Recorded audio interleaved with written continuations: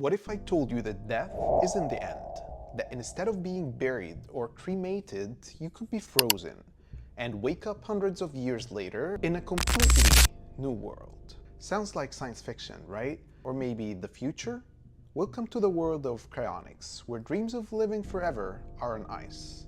Let's break it down. Cryonics is a process of freezing your body, or just your brain, right after death. The idea is simple. Preserve you at super low temperature until future scientists figure out how to cure whatever killed you and bring you back to life. It's like hitting pause on life, but instead of a Netflix binge, you're waiting for a better, healthier future. Companies like Alcor and Cryonics Institute store your body in high-tech tanks filled with liquid nitrogen.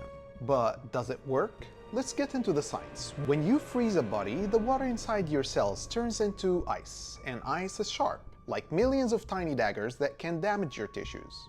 That's why cryonics use a process called vitrification, which prevents ice from forming and turns your body into a glass. Sounds impressive, huh?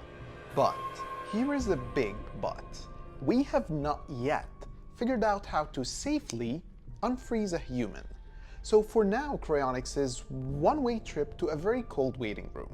So who's already chilling in liquid nitrogen? The first person was James Bedford, frozen in 1967, and he's still waiting for science to catch up. Since then, over 400 people worldwide have been cryonically preserved, with hundreds more signed up. And no, Walt Disney isn't one of them. That's just a myth.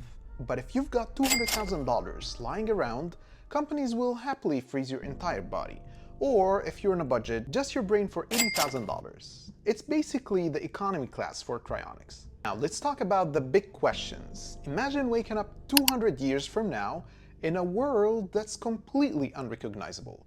Your family gone, your culture lost, even the language that you speak might be gone too. Would the future even feel like home? And here is a darker thought. What if future scientists decide you're not worth defrosting? What if they just leave you in the tank forever? Here's the thing, cryonics might sound crazy, but it's rooted in the belief that the future can be better, and that's something we can all relate to. Whether or not you believe in freezing your body, the real lesson here is about betting on what's possible. The people pursuing cryonics aren't just freezing bodies, they're chasing a dream.